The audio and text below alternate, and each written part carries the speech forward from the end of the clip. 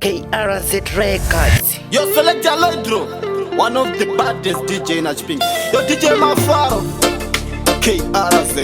Yo, Chino ida love, Chino uda mjolo. Saka decider, kana ndika uya ndo kuuza nino kuda kana toda kimbonjola. Kada wa musa, kutini newa ticha jola, shakupinda ne moyo.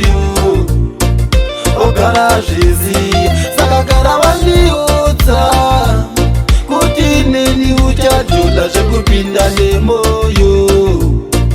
Dogara na jizia andide kusosara ndirishemu ndakabata tundevu zvirina newo ndiuze ndigare ndapinda nechirefu ndisapinza moyo nekuti unoziva ukapinda moyo hondo yacho futi ndeye pachimoyo unorwadziwa moyo nekuti unenge vate vasiriyasi pamunhu gara vamuza kuti ini newe tichajola zvekupinda nemoyo ogara zvizi saka gara waniudza kuti neni uchajola zvekupinda nemoyo ndogara nazviziya hazvisungirwe munhu zvekujola izvozvo ndakazviona haisi hora chinongodiwa chete kungotaura kuti mari yako chete ndiyo yatafarira ndichakudya iwewo ndityawo zvinhu zvacho zvinobalanzawo saka chimondipa chansi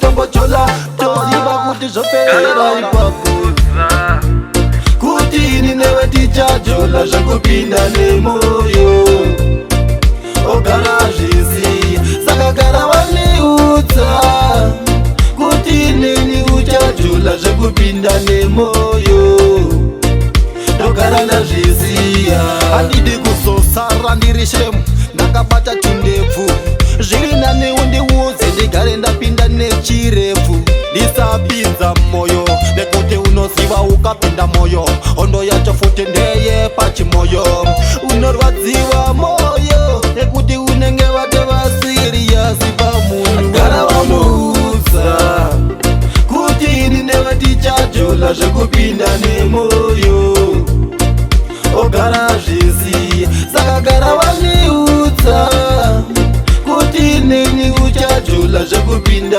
nemoyo ndogara nazviziya KRZ Music.